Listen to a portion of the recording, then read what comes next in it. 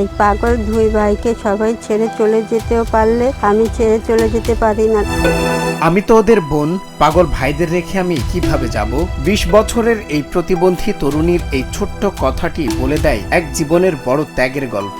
যে বয়সে হাসি আনন্দে থাকার কথা, সে বয়সে আঁখি লড়ছেন চরম দারিদ্র্যের সঙ্গে। বস্তির এক ভাঙাচোরা ঘরেই চলছে এই ৩ প্রতিবন্ধীর প্রাণের নীরব লড়াই।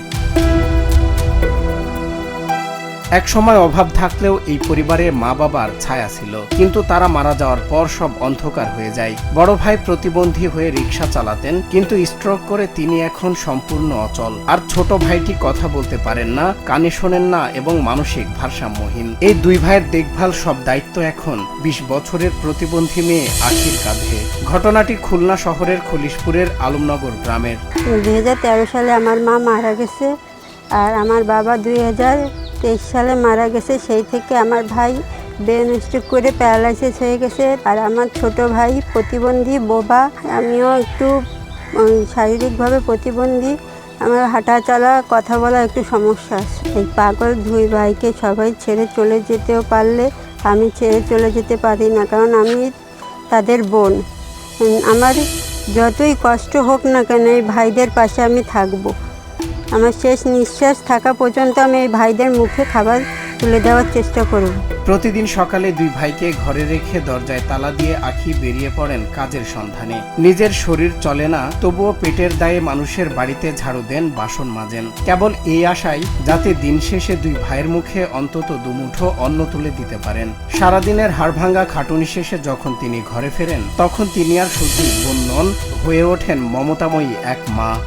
এরা এক বাসায় ৩ জন মানুষ, দুই ভাই প্রতিবন্ধী, বোনও প্রতিবন্ধী, টোটাল কথায় একদম ৩ জনই প্রতিবন্ধী।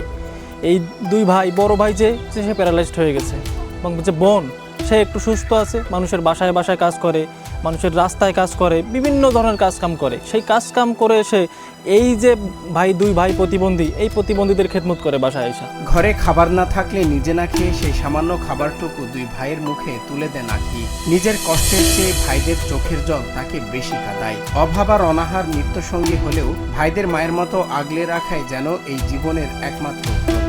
কোনো শারীরিক সীমাবদ্ধতায় এই বোনকে আকাশ ছোঁয়া ভালোবাসাকে আটকে রাখতে পারেনি। আমি আসলে আমাদের আশেপাশে কোনোদিন এরকম ঘটনা দেখি নাই যে একটা ছোট বোন শারীরিকভাবে অক্ষম হয়েও এরকম ২-২টা অসুস্থ ভাইয়ের দায়িত্ব পালন করতেছে। হয়তোবা ২ বেলা খাবার আমরা হয়তোবা মাঝে মাঝে দেই, কিন্তু তার যে চিকিৎসা, তার যে ঘর ভাড়া, তো এগুলো আসলে তার একটা ছোট্ট মেয়ে অসুস্থ হওয়া সত্ত্বেও তার পক্ষে আসলে এটা বহন করা কঠিন।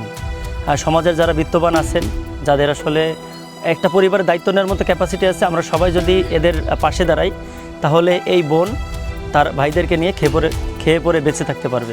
আখিরে নিঃস্বার্থ ত্যাগ আমাদের মনে করিয়ে দেয় রক্তের সম্পর্ক মানে শুধু অধিকার নয়, বরং দায়িত্ব ও মমতা। জীবনের শেষ নিঃশ্বাস পর্যন্ত ভাইদের ছেড়ে না যাওয়া প্রতিজ্ঞা নিয়ে আজও লড়ে যাচ্ছেন তিনি, যা মানুষের কাছে এক অনন্য মানবিক উদাহরণ। সজল বিশ্বাস, নিউজ ডেস্ক, বাংলা টিভি।